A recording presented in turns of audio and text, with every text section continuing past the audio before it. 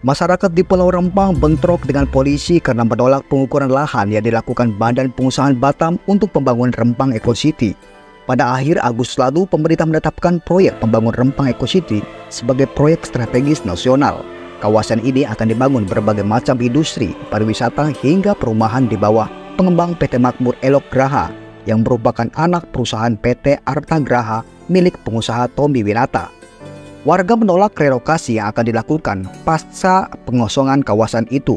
Warga ada sekitar menyebut mereka telah ada sejak 1934.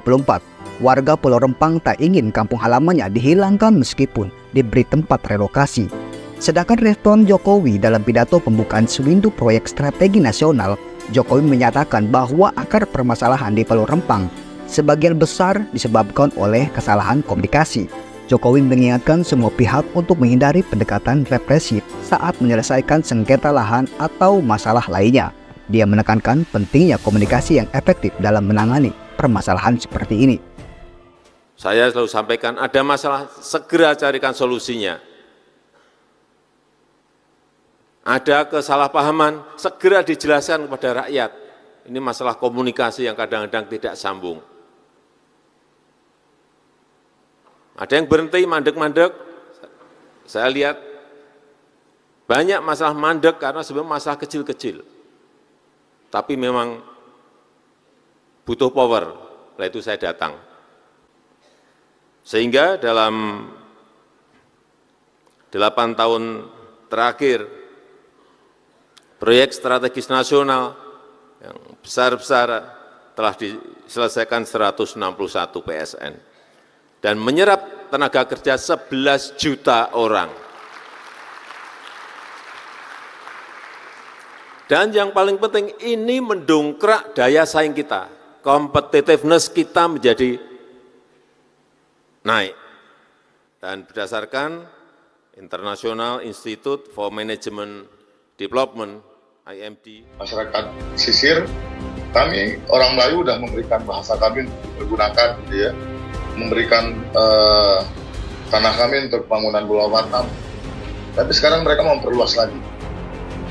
Nah, dalam konteks ini kami melihat bahwa negara gitu dalam pimpinan Jokowi jauh lebih sayang dengan proyek program strategis nasionalnya. Berbeda dengan respon Anies Baswedan soal konflik sengketa lahan antara BP, Batam, dan warga Pulau Rempang, Anies menekankan pentingnya investasi dengan mengutamakan kesejahteraan seluruh rakyat. Anies mengatakan sesungguhnya tujuan akhir dari investasi bukan sekedar memperkaya investor. Lebih dari itu, tujuan investasi untuk meningkatkan kesejahteraan seluruh rakyat. Tujuan itu pula yang menjadi prioritas ketika Indonesia membuka kesempatan terkait investasi. Anies berujar prinsip keadilan harus dikedepankan dalam situasi apapun. Karena itu kita tahu bahwa pelaksanaan selalu ketemu dengan berbagai macam tantangan di lapangan. Nah, kalau kegiatan investasi justru memicu penderitaan, justru memicu kondisi yang tidak sehat di dalam kesejahteraan rakyat ini, perlu ada langkah-langkah koreksi. Anies lantas menceritakan pengalamannya selama memimpin Jakarta, yang menceritakan merasakan pengalaman ketika ada tindakan-tindakan kekerasan yang menyangkut penggeseran, penggusuran justru menimbulkan luka sosial yang lama. Anies Baswedan mengingatkan soal pentingnya pendekatan dialog dengan mengajak bicara baik-baik, terlebih jika berbicara tentang proyek dengan jangka waktu amat panjang. Menurutnya, perlu diberikan tambahan waktu untuk proses berjalan dengan tuntas. Dan kita tahu, di dalam membuat sebuah kebijakan, itu harus mempertimbangkan semua faktor dan tidak bisa sekedar semua hitam putih, ganti semua, tetap semua. Pada saat krisis kemarin, COVID misalnya, UMP di Jakarta itu mengambil pendekatan seperti kurva K. Bagi sektor yang terdampak, maka UMP-nya tidak naik. Tapi bagi sektor yang tidak terdampak, bahkan meningkat salesnya, seperti sektor kesehatan, pabrik-pabrik yang membuat masker, itu justru mengalami peningkatan. Nah, di situ UMP-nya naik. Jadi seperti huruf K. Artinya, kita mengambil kebijakan yang berbeda dengan arahan dari pusat waktu itu. Di mana semua sama. Tidak. Ada sektor yang memang maju, berkembang di masa pandemi. Kenapa buruhnya tidak boleh merasakan peningkatan UMP?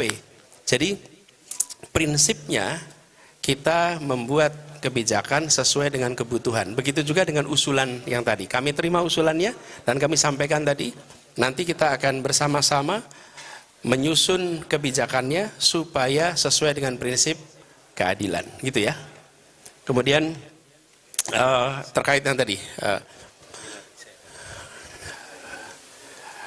begitu kita bicara tentang investasi, maka sesungguhnya investasi itu tujuan akhirnya bukan sekedar memperkaya investor, tapi meningkatkan kesejahteraan seluruh rakyat.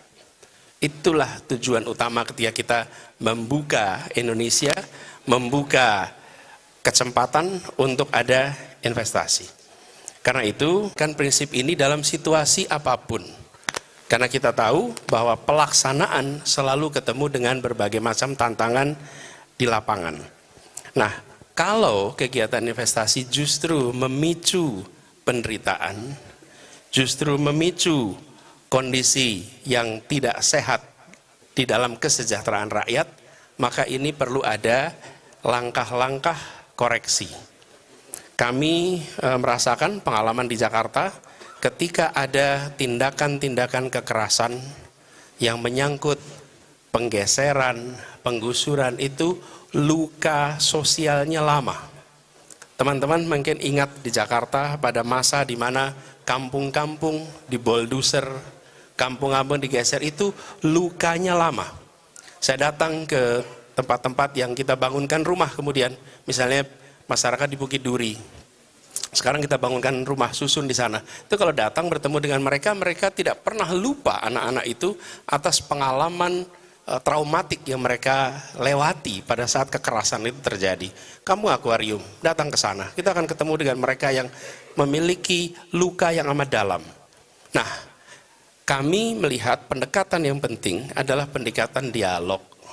Bicarakan baik-baik. Apalagi ketika kita berbicara tentang proyek yang jangkanya amat panjang.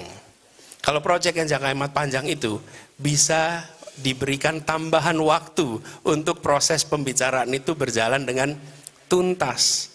Jadi lebih baik dilakukan pembicaraan panjang, rumit, ribet, tapi melibatkan semua dan sampai pada kesimpulan yang diterima, baru kemudian eksekusi. Dengan cara seperti itu, maka kita akan bisa merasakan pembangunan yang prosesnya dirasakan sebagai proses yang baik, yang benar.